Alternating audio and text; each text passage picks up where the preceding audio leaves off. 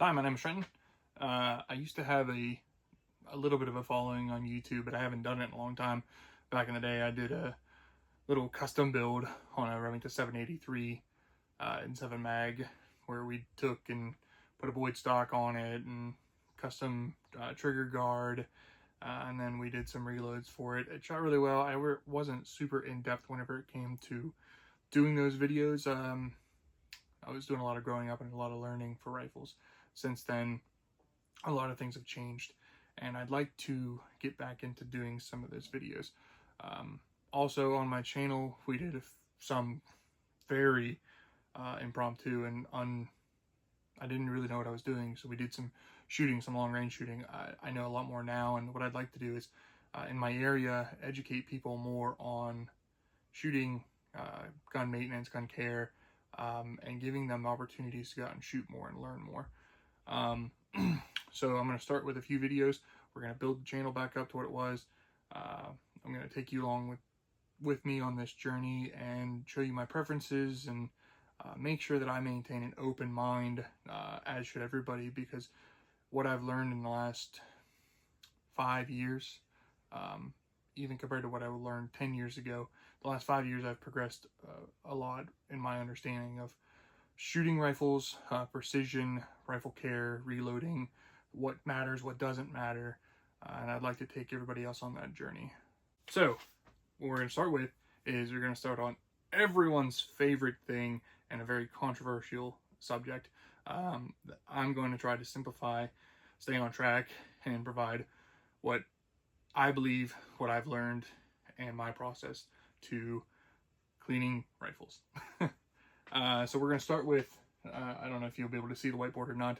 We're going to start with hunting rifle, and behind me is not a hunting rifle, but any rifle is a hunting rifle if you hunt with it.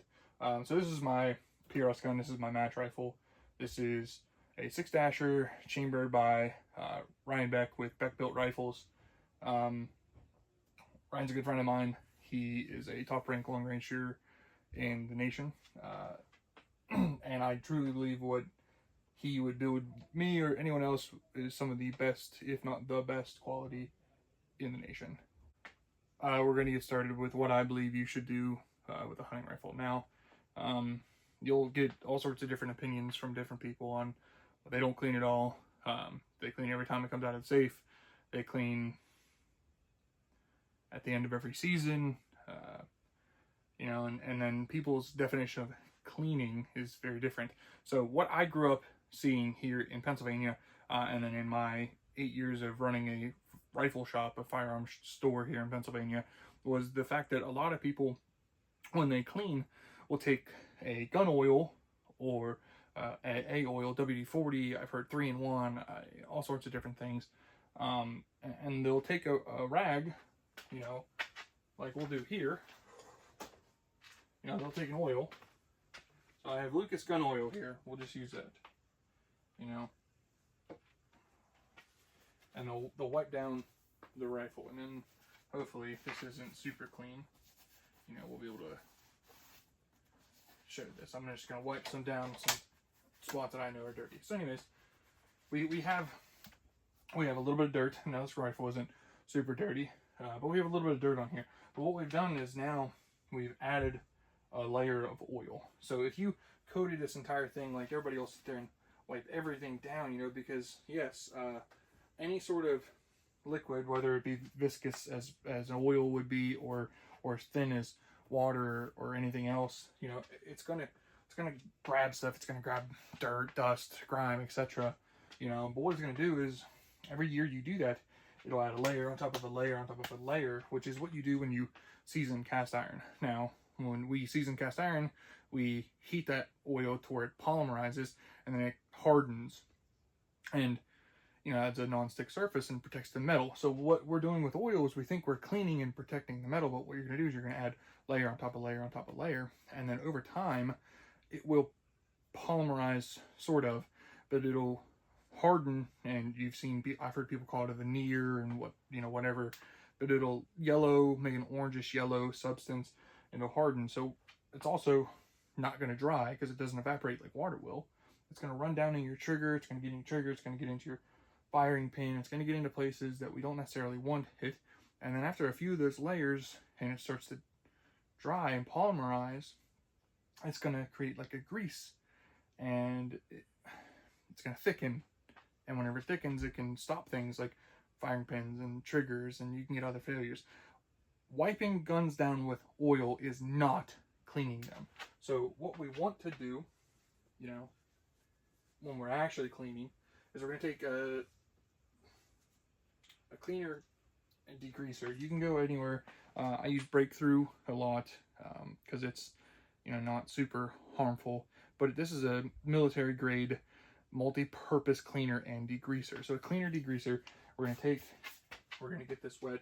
And typically what I do is I wear gloves every time I clean. Now obviously I don't have gloves on this time, but probably further along in this video as we go, I will put gloves on. And I'm going to do that because I'm an adult now, and I'm not going to have anybody make fun of me for trying to protect myself from harmful chemicals that we probably shouldn't have on our hands.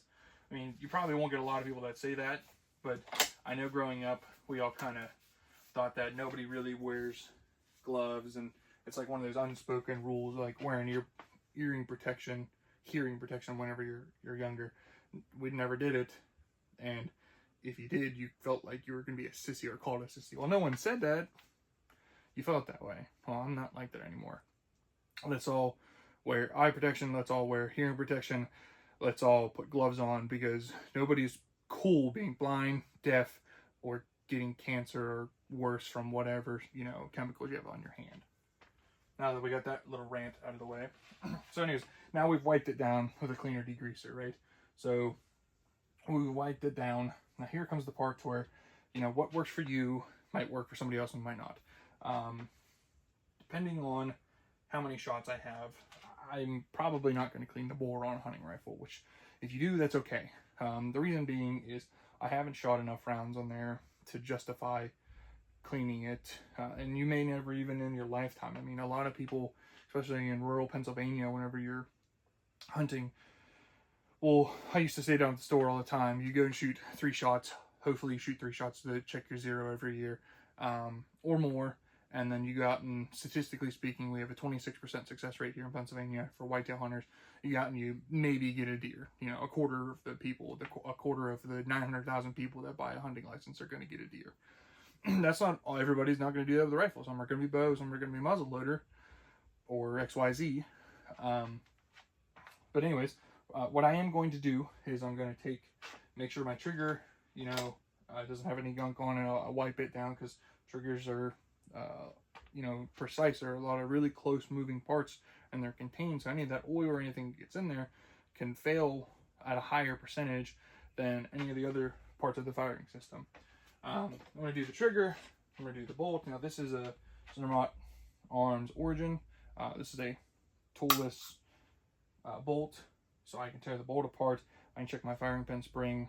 I usually run them dry, especially on hunting rifles.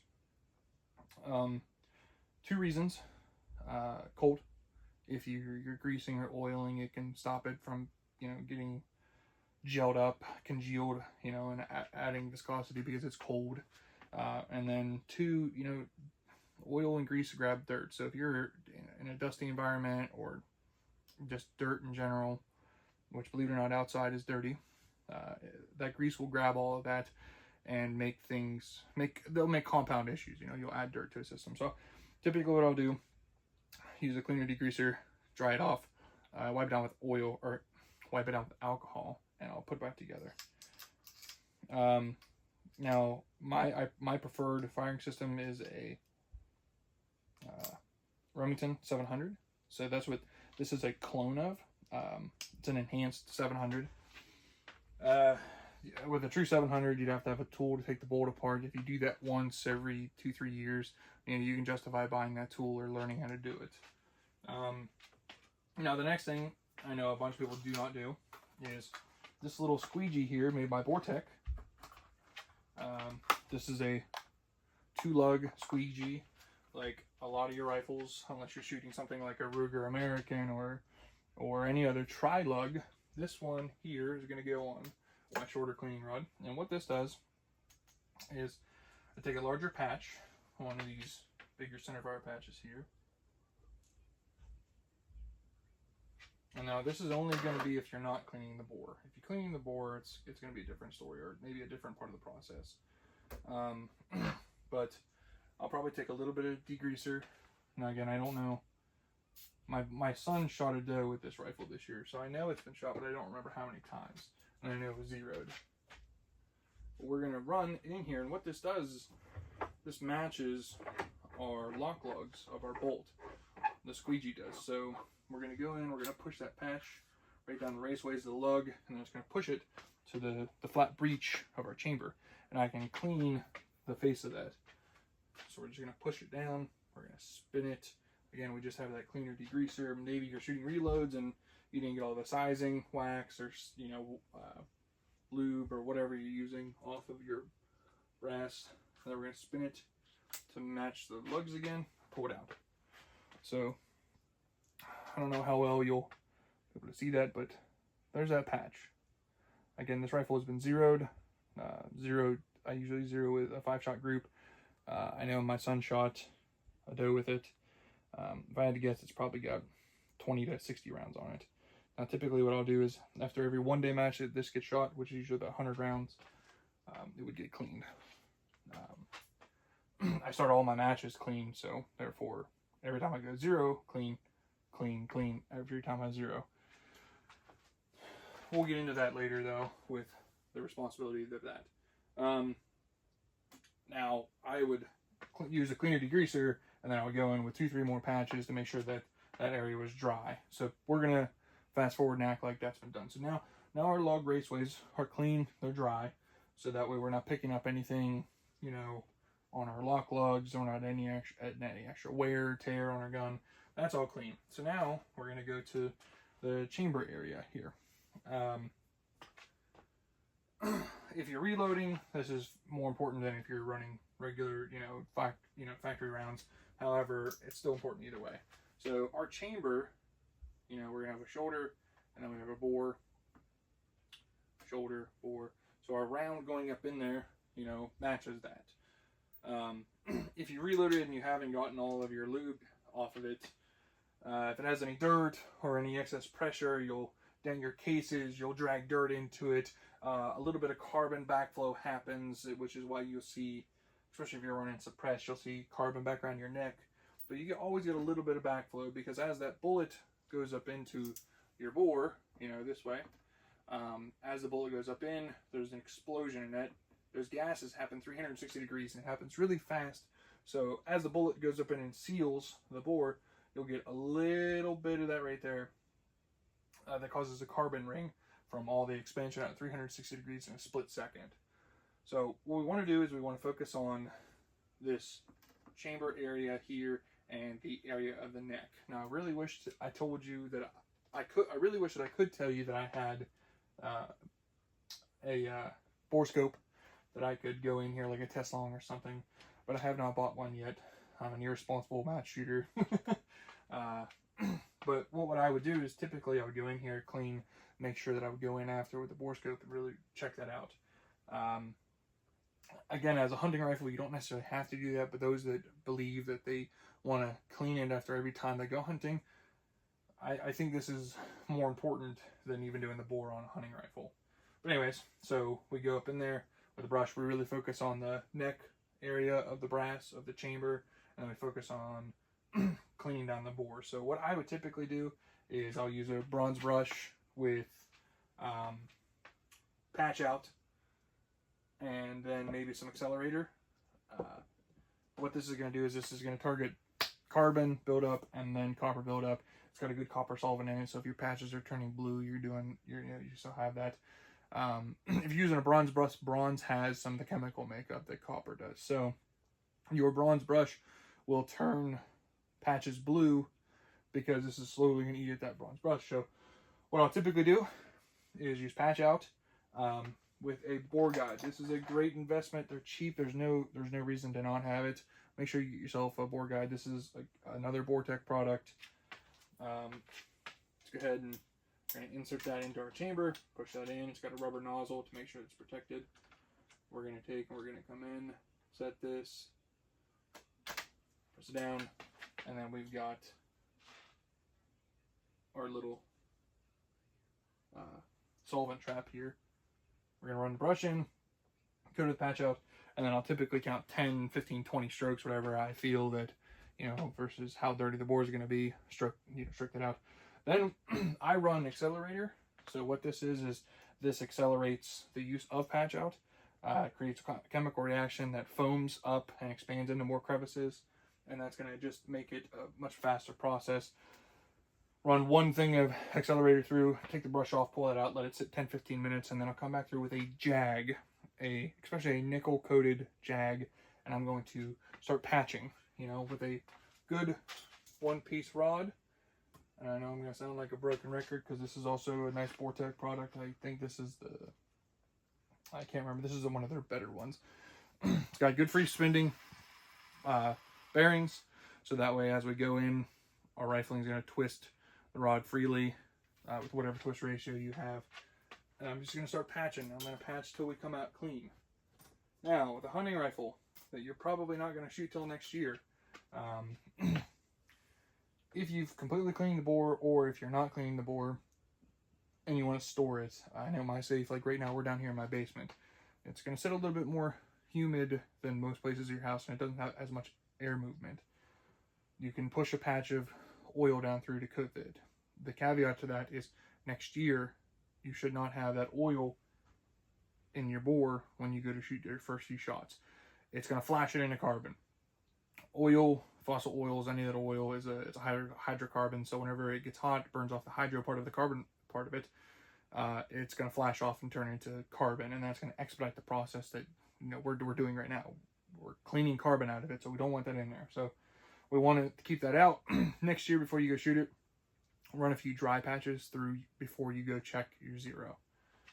So once we patched all of our solvent out, what I like to do with my match rifle, with which this is just something that I've come up with, I always take a patch of 92% alcohol, patch through, and what I'm aiming to do with that is I'm aiming to remove any of the leftover solvents that I have in the bore. So I just patch out with one patch of oil, run usually 2-3 more in it. It removes all of the oil, even though it will evaporate. I just want to take all that out.